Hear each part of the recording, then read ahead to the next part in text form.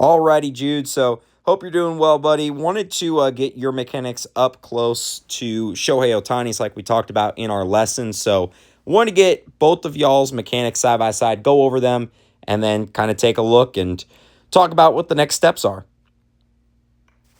So, a couple things to break down about Shohei Ohtani's mechanics comparatively to yours. So, we'll start first and foremost with the base. Now, you might notice that he's not in a Dodger uniform. The reason is because this was, I believe, from his rookie season, if I'm not mistaken. It looks like the 2020 season, so right about there in the in his rookie season when he entered the league. But I do want to bring up. We're going to start with his base here, okay?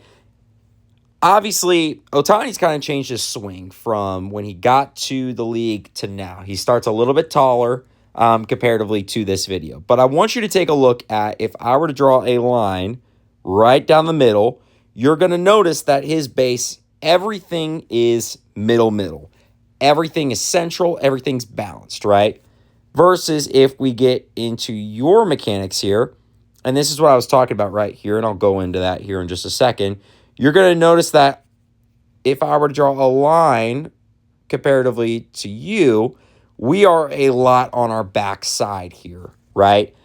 If we take a look comparatively of Shohei, he transfers his entire weight central, right? Everything's centered. Even right here, centered whole way through.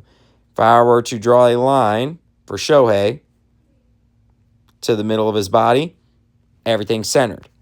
Comparatively for us, if I were to draw a line at the center, we are centered right now, but heavily on our back leg, okay? So that's the big first thing, is we want to work on weight distribution. And the more and more that we work on mechanics, Jude, we're going to be able to really go into the specifics with that. Now, I do want to go back to this portion that I was talking about just a second ago. Take a look at Shohei, take a look at yours. You're going to notice Shohei goes directly right up the middle towards the pitcher. Versus for us, if I were to put a bucket out here, we step into this bucket all the way over there, right? And if we talk about our swing mechanics, right, if we step over there, that's going to cause our bat to also go over there. And we are going to comparatively, if I were to draw a better line, we're going to comparatively miss the ball, or comparatively miss the ball, rather. Just not necessarily like so, but we noticed that a couple times in the lesson, right? This one, you really squared up, so I'm glad I got this one on video because you squared up this baseball so well, Jude.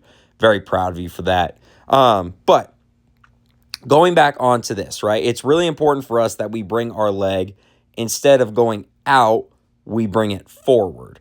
So instead of us immediately throwing it backwards, I want to throw it forward. Just kind of like how Shohei does, right? Take a look. He throws himself forward towards the pitcher, okay? So those are kind of our lower half portions that we talked about, right? We talked about that this front foot is our anchor foot. This back foot is our action foot, if you will.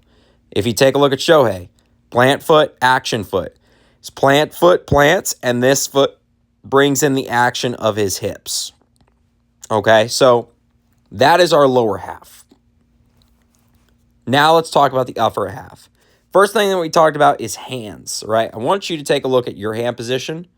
If I were to draw out, your first movement is taking everything down, right? So you do a good job in this one of loading, but primarily your first movement is dropping everything down, right? So if we take a look at Shohei's hands, for example, he loads and drives through the baseball here, right?